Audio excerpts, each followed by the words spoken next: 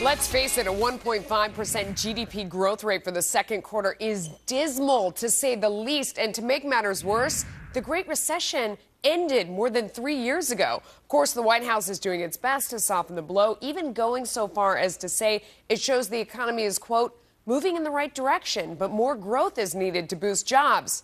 You think? Obviously, this could be a roadblock for the Obama re-election campaign and for a spirited debate. I'm joined now by Ford O'Connell, Republican strategist, and Ryan Clayton, Democratic strategist. Guys, thanks for joining me. Ryan, let me start with you. I mean, it's tough to call it a step in the right direction when growth is shrinking from 1.4% to 2% to 1.5%. Doesn't the president sound ridiculous saying that? Well, for 3 years, the economy has been headed in the right direction, but there's still a lot of Americans out there suffering day to day. You know, the market has recovered. Wall Street has gotten their money back. They got bailed out. But most Americans are still struggling to pay the bills and keep a roof over their head. So, Ryan, you think that slowing growth is the right direction? Is that what you're saying? That's what you just said.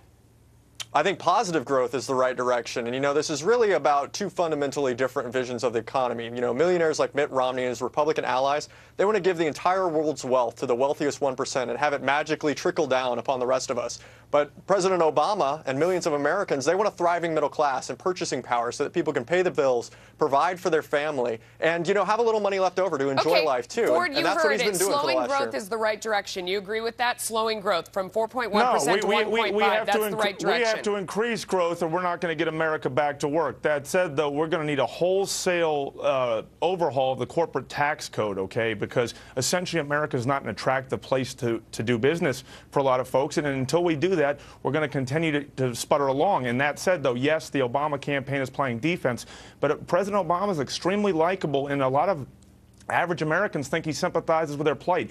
This is Mitt Romney's for the taking, but it's up to him to sort of not really play the blame game, but really put together a 4 to 5 point plan for the future that talks about, you know, growth and prosperity for America. Like what? What are those 4 to 5 points? What would you say, Ford?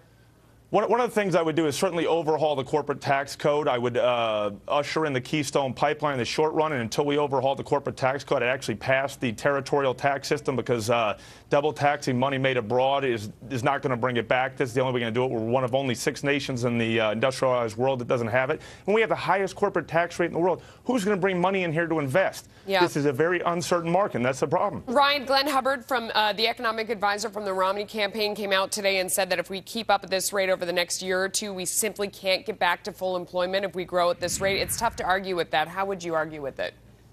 Well, first, to Ford's point, I mean, many corporations pay $0 in federal income taxes, like GE, FedEx, and Verizon. So there's a lot of corporations I said we have to overhaul the corporate share. tax code, Ryan. There's a lot of corporations not paying their fair share, while middle-class families make up the difference by paying more in taxes. And what President Obama is doing is giving most middle-class families and small businesses a tax cut to the tune of like 97 or 98% of Americans in small businesses. And I think that that is one thing that's going to help economic growth. The other thing that's going to do it is putting Americans back to work, whether it's through local and state government or through the private sector. Americans need jobs, and businesses need customers with money in their pockets ready to spend it. That's the only thing that's going to kickstart our economy. Do you understand that corporations, all corporations, actually don't pay any taxes? They just pass that tax on to their consumers. That's how business works. So if you raise taxes on companies, you're just raising taxes on people. Well, when businesses make money, they pay taxes on that. And for businesses to make money, they need to sell products and services. So what that means is that businesses pay more taxes as they create more business, as they create more jobs. And those people that are hired with those jobs go out into the local economy and become the capital for small businesses. You know, so one person's paycheck is another person's paycheck when they go out and they spend it in a small business, when they spend it at the local ice cream shop or they spend it at the local sporting goods store. You know, that's what's going to create economic resonance in the economy. But right now what we have is we're channeling all the money to the top 1%, and it ain't trickling down. If that was going to work, we'd be swimming in jobs right now. Ford, you understand that when you raise taxes on a company like Exxon, they just pass it on to you in the price of a gallon of gas, right?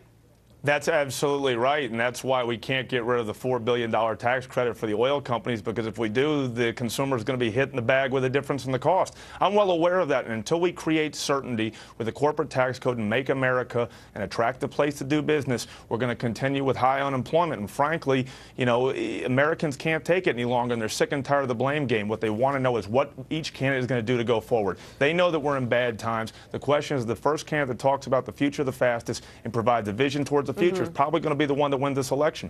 Ryan, what's going to happen when we get another bad unemployment report on Friday? What's going to be the president's spin?